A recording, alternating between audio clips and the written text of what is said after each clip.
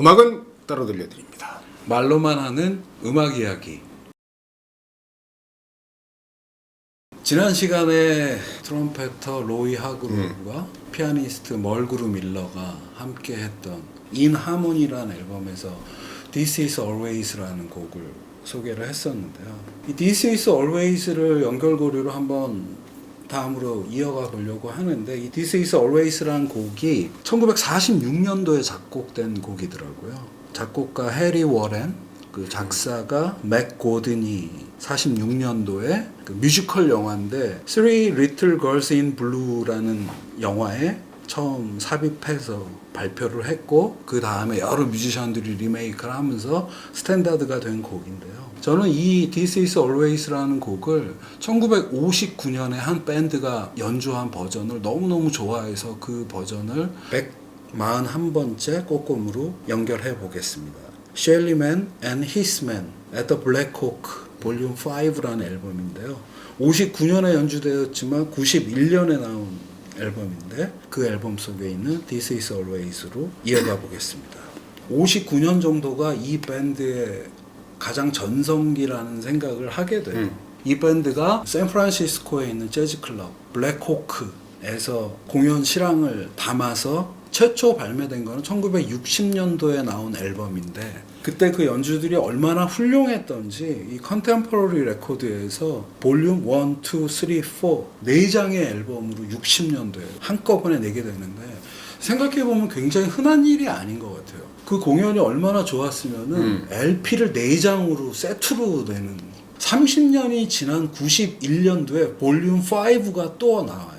그때 그 4장의 LP에 담지 못했던 미발표 곡들을 모아서 내는데, 그 볼륨 5 91년도에 나온, 제가 오늘 CD를 갖고 왔는데 이 볼륨 5가 여기 5라고 적혀 있죠. 여기에 두 번째 곡이 This Is Always인데 정확히 10분 듀레이션의 연주인데 아주 좋습니다. 뭐 이 앨범은 제가 오늘은 볼륨 5지만 볼륨 2에 있는 스텝 라이틀리라는 곡을 한번 소개를 해드린 적이 있었는데, 그 연주도 너무너무 좋아해서, 그러니까 제 이 앨범의 5장의 모든 음악들을 너무너무 좋아해서 오늘 한번 더 선곡을 하게 됐는데, 그 당시 이 밴드의 어떤 힘이랄까 이런 게 느껴지는데 굉장히 독특한 면이 있는 거죠. 그 당시 이제 미국 서부 웨스트 코스트에서 소위 말하는 쿨 재즈라는 커다란 경향의 음악들이 연주되고 있었는데, 웨스트 코스트에 적을 두고 있는 재즈 밴드이긴 하지만 웨스트 코스트적인 느낌보다는 오히려 반대쪽 이스트 코스트 뉴욕을 중심으로 한 하드밥을 연주하고 있던 이런 밴드들의 요소가 섞여들어서 쿨과 하드밥의 중간적인 어떤 그런 아주 독특한 스타일, 결, 뭐 색깔, 연주 자체의 느낌이 그런 느낌이어서 굉장히 독특한 느낌이 있는 밴드 음악이다. 그게 아주 좋다. 이렇게 말씀드릴 수 있는데, 제가 그런 이 밴드만이 그때 그 59년, 60년 요럴 때 가졌던 그 색깔의 원인, 이유가 뭘까 한번 생각을 해봤는데, 라인업을 보면 알 수 있어요. 멤버 구성인데 모두 5인조 퀸텟 구성의 연주인데요. 일단 드럼이 쉘리맨, 당시 웨스트 코스트에서 최고 인기 있던 드러머이자 밴드 리더였고, 이분이 사실은 이분도 원래 동부 출신이죠. 동부에서 뉴욕을 중심으로 해서 찰리 파커와 비밥을 했던 동부의 느낌을 가지고 50년대 초반에 서부로 이주를 해서 자신의 밴드를 이렇게 가져오니까 어떤 동부의 연주의 결을 가슴 안에 감고 있던 밴드 리더였고요. 드러머 쉘리맨 자체가. 베이스는 몬티 버드윅이라는 뮤지션이 연주를 하고 있는데, 전형적인 서부 웨스트 코스트의 베이시스트라고 보면 될 것 같고요. 피아노를 빅터 펠드맨이라고 이 당시 25살의 피아니스트가 연주를 하고 있는데, 이분은 웨스트 코스트도 이스트 코스트도 아니에요. 미국인이 아니고 영국인이에요. 영국에서 10대 후반부터 20대 초반까지를 보내다가 미국으로 이주해갖고 미국 서부에 자리 잡고 연주 생활을 펼친 굉장히 재능 있는, 피아노뿐만이 아니라 비브라폰도 함께 연주를 했던, 그러니까 이 빅터 펠드맨 펠드먼은 동부나 서부 미국의 어떤 클리셰가 전혀 없는 그런 아주 신선한 연주를 하고 있었던 뮤지션이라 보면 될 것 같고요. 나머지 두 명 관악기 주자인데 이 당시 50년대 말에 그들의 최고 전성기를 누리던 뮤지션들인데요. 우선 테너 색소폰은 리치 카뮤카가 연주를 하고 있는데 전형적인 웨스트 코스트 스타일의 테너 색소포니스트인데 본인의 앨범들이나 다른 앨범들에서보다 아주 훌륭한 테너 색소폰 연주를 하고 있고 중요한 인물인데 트럼펫터 조 고든이 연주를 하고 있는데 이 조 고든 역시도 동부에서 서부로 이주한 지 몇 년 안 되는 그러니까 동부에 있을 때는 아트 블레이키와 연주도 했고 그런 하드밤 연주를 하다가 서부로 와서 서부 밴드에 속해서 연주를 하고 있는데 동부의 색깔을 완전히 빼지 못했겠죠. 서부 스타일로 연주를 하는데 동부의 스타일이 스멀스멀 나오는 그런 아주 훌륭한 연주를 굉장히 세련된 트럼펫을 연주한다는 거 저는 이렇게 간단하게 말씀드릴 수 있을 것 같은데 그래서 정리해 보면 이 59년에 쉘리맨 앤 히스맨이라는 밴드의 음악은 굉장히 재즈적이라고 말할 수 있을 것 같아요. 이 출신 자체가 양쪽이 이렇게 섞여서 퓨전화된 어떤 그러한 연주니까 굉장히 새로운 합이 생겼고 그게 이 앨범을 통해서 나올 수 있었다 그런 생각을 하게 되는데 59년 9월 당시에 이 공연들이 이루어지고 있던 이 블랙호크에서 처음 시작을 했는데 이 리더인 쉘리맨이 이상한 촉이 왔나 봐요. 공연이 시작되고 나서 이거 뭔가 굉장히 특별한 일이 진행된다. 자신의 밴드의 음악을 자신이 듣고 그래서 컨템포러리 레코드에 프로듀서 레스터 코에닉한테 전화를 했대요. 컨템포러리 레코드는 샌프란시스코 밑에 LA에 있거든요. 와서 녹음을 해야 되겠다 이거. 그래서 팀이 출동을 해갖고 3일간의 연주 9월 22일부터 24일간의 연주를 녹음을 했다고 하는데 그 연주가 너무너무 훌륭했기 때문에 컨템포러리 레코드에서 볼륨 1, 2, 3, 4 4장으로 이렇게 냈다 이런 얘기가 있고요. 재즈의 수많은 라이브 앨범들이 있지만 또 녹음 자체도 워낙 잘 돼 있어서 이 앨범은 꼭 한번 들어보시기를 추천드리고요.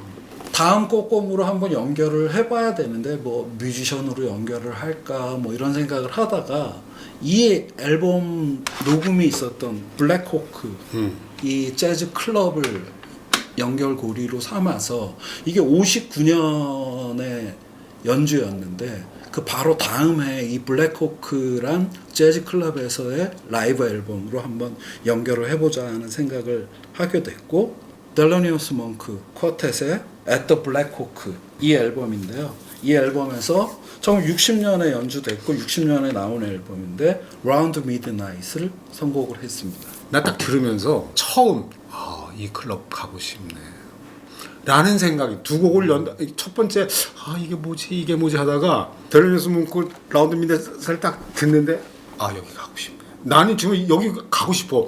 음악이 느낌이 달라요. 두 곡 다. 오늘 김감독이 소개한 노래 두 곡 다 여태까지 들었던 그런 정말 묘해요. 그래서 난 생각난 게 이거예요. 나 여기 가고 싶어. 예. 이 클럽에 가고 싶어. 그래서 이 블랙호크라는 클럽을 연결고리로 삼아 다음 꼬꼬무를 생각한 것 같아요. 저도 그런 느낌이 있었거든요. 이 블랙호크라는 재즈 클럽은 샌프란시스코에 자리 잡고 있었는데 그렇게 오랫동안 유지된 클럽이 아니더라고요. 1949년부터 63년까지 존재했던 재즈 클럽인데 그렇게 크고 화려한 클럽이 아니었대요. 굉장히 좁았다고 하고 존 콜트레인이 거기서 연주할 때는 뒤쪽에 주방 복도 쪽에 빠져 있다가 거기서부터 솔로를 시작하면서 나왔다 뭐 이런 이야기도 읽은 적이 있는 그런 작은 밴드인데 그 웨스트 코스트에 적을 두고 있는 밴드들의 공연이 있었으면 물론이고 동부로부터 뭐 LA나 샌프란시스코 서부로 투어를 오는 동부 밴드들도 꼭 들려서 연주하는 그런 밴드였다고 하고 61년도에 마일스 데이비스가 이 블랙호크에서만 공연한 라이브 앨범이 또 굉장히 유명한 앨범이 있죠.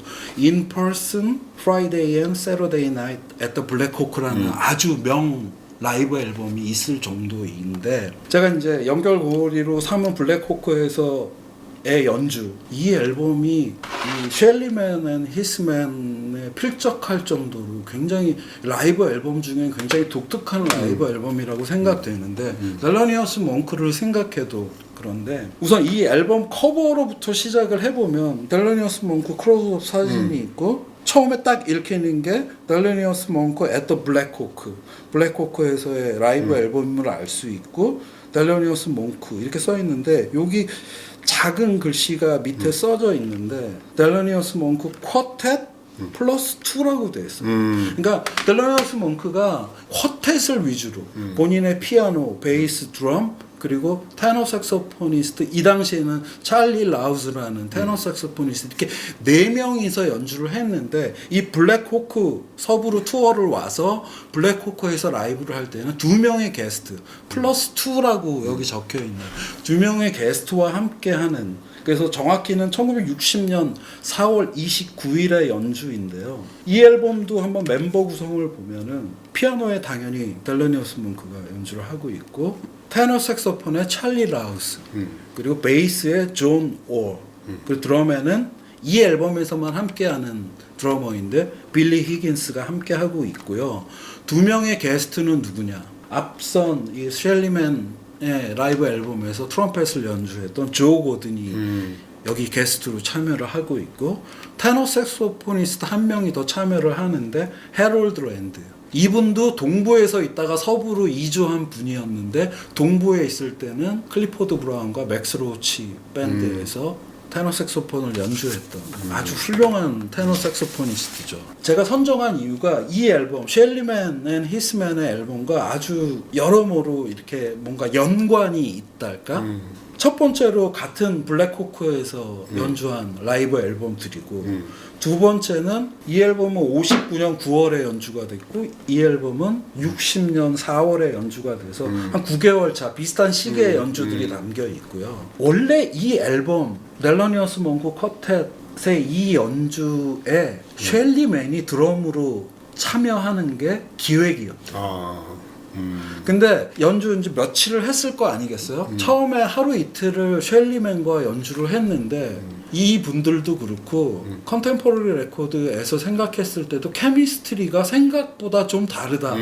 그래서 셸리맨이 빠지기로 하고 이 녹음이 있었던 4월 29일에는 빌리 히긴스라는 젊은 드러머를 불러서 초빙을 해서 앉히고 게스트 2명 조 고든과 해롤드 랜드 이렇게 해서 델러니어스 몽크 쿼텟이 원래 하던 포맷의 연주에서 게스트 2명이 있으니까 델러니어스 몽크 밴드가 여태까지 하던 음악과는 조금 다르죠. 그런 느낌이 생겨서, 그러니까 델러니어스 몽크의 전반기와 후반기의 어떤 과도기에 있는 이 연주는 아주 색다른 맛이 있다. 그런 말씀을 좀 드릴 수 있을 것 같고요.